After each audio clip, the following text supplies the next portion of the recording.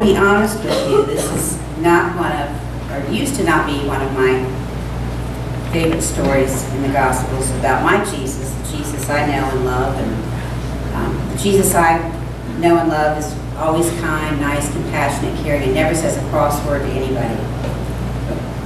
But our story today portrays Jesus as being not so kind to the woman who had a sick child.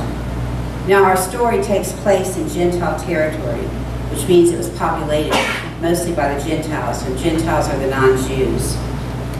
Now, Jesus entered into the house and did not want anyone to know he was there. So right from the start, there's something strange about Jesus. With no real explanation, the Gospel writer Mark writes that Jesus entered a house and didn't want anyone to know it. Have you ever gone someplace and you don't want anybody to know it? So we think, is it because he's in Gentile territory, he doesn't want to mingle with them? Or is it because he's tired and maybe he just needs a break from the crowds? In either case, this doesn't fit our usual picture as Jesus, who is one that always offers love and is always available to everybody. But as often it is in the Gospel of Mark, he paints a much more human picture of Jesus. It says that, yet he could not escape notice because a woman whose daughter had an unclean spirit, who had heard about Jesus, came and bowed down at his feet. And she was a Gentile, and she begged Jesus, "Take this demon out of my daughter." Now, the news of the presence of Jesus cannot go unnoticed. He was already getting famous and popular at that time, so crowds were always gathering around for healing, to see what he had to offer them. The woman's daughter is trapped in the heart of darkness, possessed by a demon, which is a mental illness in those times, and the mother is desperate to find a way out. And if anybody here has a family member that has a mental illness, you are desperate to find a way out at times. She falls at the feet of Jesus. And strangely, that's all the text says, because she never really actually says what she needs from Jesus, because it is assumed in her falling at the feet of Jesus. And yet Jesus is quick to reply, and it certainly sounds like an insult. First, let the children eat all they want, for it is not right to take the children's bread and toss it to the dogs. Well, that sounds kind of harsh. Now, I know those of you that have dogs, how many people feed their dogs under the table when they're eating? Do we have people that do that? Whenever I visit a friend's house, I always like to feed the dogs under the table unless they tell me I can't. But most of us, if we have pets, treat them with very good care. If they're indoor, outdoor dogs, if they're indoors, we slip them tidbits during our meals. Now, commentators and preachers have found lots of ways to soften the blow of Jesus being rude and of his rejection of this woman. And yet Jesus is clearly saying to the woman, it's not yet time for the Gentiles. I have first been sent to my people, the Jewish people, and then it'll be time later for you. But it seems a heartless and cruel way to get rid of this hurting mother. Now in Matthew, he also writes about this story in his gospel. If you want to read this in Matthew 15, the Gentiles will get their gospel opportunity later. Israel must come first. But surely, isn't there a little bit better way of saying that? And surely if he has the power to heal this child, wouldn't he do that, or shouldn't he do that? We have to remember, though, that Jesus came to this house and he wanted time to be away from everybody and to be alone. And clearly this woman is a bother to him. Maybe he was tired of all the requests that he was receiving and he just wanted some time to rest. You ever get that where you've been asked so much, you just don't want to hear anything else, you just want to rest and not have anybody ask anything of you? There's no reason for us to think that Jesus wasn't convinced that the time of the Gentiles had not yet arrived. So he kind of sends her away by saying, it's not your time yet. I think sometimes we get so committed to the divinity of Jesus, that he was the Son of God, that we forget the reality of his humanity. I think we get this picture of Jesus just blissfully sailing through the countryside, healing people here and there, never getting tired, never getting irritated, never getting drained, never wondering about what is the next step in his ministry, because I don't think God actually gave Jesus a roadmap and said, this is going to happen this way on this day. Instead, we often see Jesus as tired, sometimes irritated, and you see him angry when he overturned tables in the temple. He was fully human. But it is the woman who is the star of this story, not Jesus, because she smartly snaps back at him. But Lord, even the dogs under the table eat the children's crumbs. So Jesus has this picture of the Gentiles as house dogs in the same house as Jews, and the woman takes it from there. Well, the dogs can eat at the same time as the humans under the table, can't they? And is there anyone so courageous as a mother whose child is threatened? If you're a mother, or perhaps you're an uncle or an aunt or a grandparent, or you help to raise a child and you know what it's like, you will do anything for your children. So then Jesus immediately recognizes her truth and he backs off from his rudeness. And he says, go home, the demon has left your daughter. And so the woman goes home and she finds her daughter healed. This woman had faith. Her believing in Jesus meant that she would not take no for an answer because she knew that deep down he would not turn her away. And she believed that the covenant of Israel at least had room for the dogs under the table, that there was room for her also under the table. In its rawest and most basic form, our faith is a stubbornness that will not accept a no from God. Have you ever had a faith in something that you would not take a no from God? When you stand and say, this is not happening, I believe it should be going this way. When you have that sense of something's not right, and God isn't answering you the way you think God needs to answer you. As Jesus was moved by this woman's faith, he says, you won, basically. Go home, your child's been healed. This woman had a fearless persistence, and I truly admire that. Not willing to take no for an answer. And in many ways, she is a model of faith for us all. Because faith is sometimes just hanging in there, trusting in the grace and goodness of our God, even when it seems far away or impossible. Doesn't mean we're going to get an answer the way we think it should be answered. Perhaps our time of waiting is that God is not yet ready for us to receive what God has to offer to us. Amen. This kind of faith and persistence is evident throughout the Bible.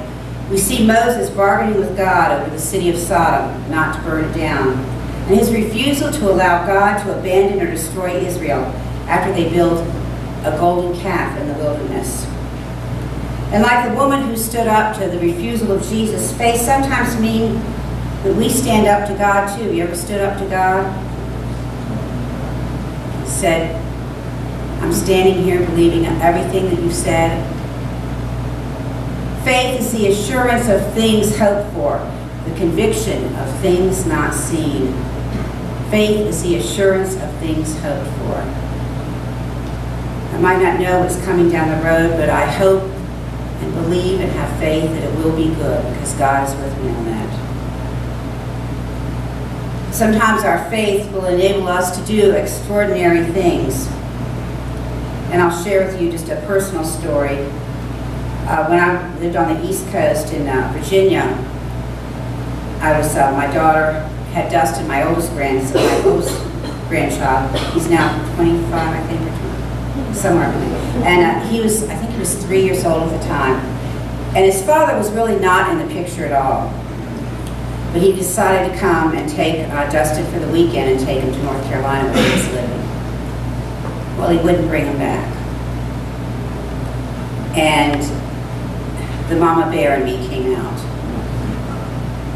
And we drove down there. It was the middle of a hurricane coming. Everybody was closing up shop. Businesses were closed. Offices were closed. This hurricane was coming forth. We went to his house. And of course, he wouldn't come out. So I drove into town. And I walked into a lawyer's office. Very boldly. I said, I don't have any money. I can't pay you. But my grandson's father, who has had nothing to do with him, has taken him. He doesn't have custody, and he won't give him back. Do you know that this lawyer was the lawyer for the sheriff's office?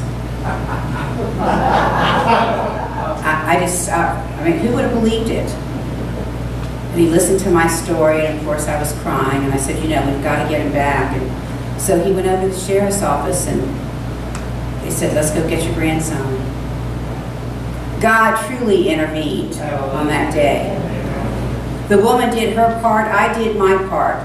I didn't just sit in Norfolk and boo-hoo and cry and say, oh, how are we going to get him back? I got in my car and I drove down there in the middle of a hurricane. I had the boldness, the holy boldness, to walk into a lawyer's office and say, I don't have any money, but I will do anything to get this child back. Anything, whatever it takes, I will do it. It's that no-holds-barred feistiness that sometimes we need to have in times when our faith is faltering or things seem overwhelming to us. Sometimes we just have to say, I'm standing on faith, I'm believing in God. We must be willing to do our part. Now I want to talk about the humanity of Jesus, because I find that many people who believe in God and believe in Jesus are confused about the two natures of Jesus, because his actions in this story are so different from what we might expect. But if Jesus is really human, if he truly is embodied as we are, perhaps we need to rethink what his humanity looks like. Now, one of the ways we like to describe Jesus and his humanity is that he was without sin. So what does that mean exactly? Does it mean that Jesus was never tired or irritable or angry? That he was always nice to everybody? That he always did what everybody asked him to do? If you read the gospel stories of Jesus, you will find that Jesus' sinlessness was not so much as a kind of nitpicking legalism or always being nice, but it shows him as a struggle of a real human being struggling to do the will of God in his life. I don't think things always came easy to Jesus. I think he struggled at times on what his calling was, what he was there to do. The Gospel of Luke tells us that Jesus grew in wisdom and stature, and the word translated grew implies a struggle, a battle. It didn't come naturally. He didn't just wake up at a certain age and say, okay, I'm going to go out and heal everybody now, it's going to be great. No problem. I wouldn't want to be traveling up and down the road for 3 years, not to have a home, a place to lay my head, depending on strangers to feed me, to house me. Jesus struggled also, just as we struggle in our journey. In Hebrews it says that Christ learned obedience through what he suffered with loud cries and tears.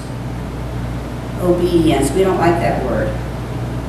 Obedience. Being obedient to God, what God has called us to do, what God has called us to be. This Jesus without sin was not that of some divine being stepping lightly through the sludge of our human sin and temptation.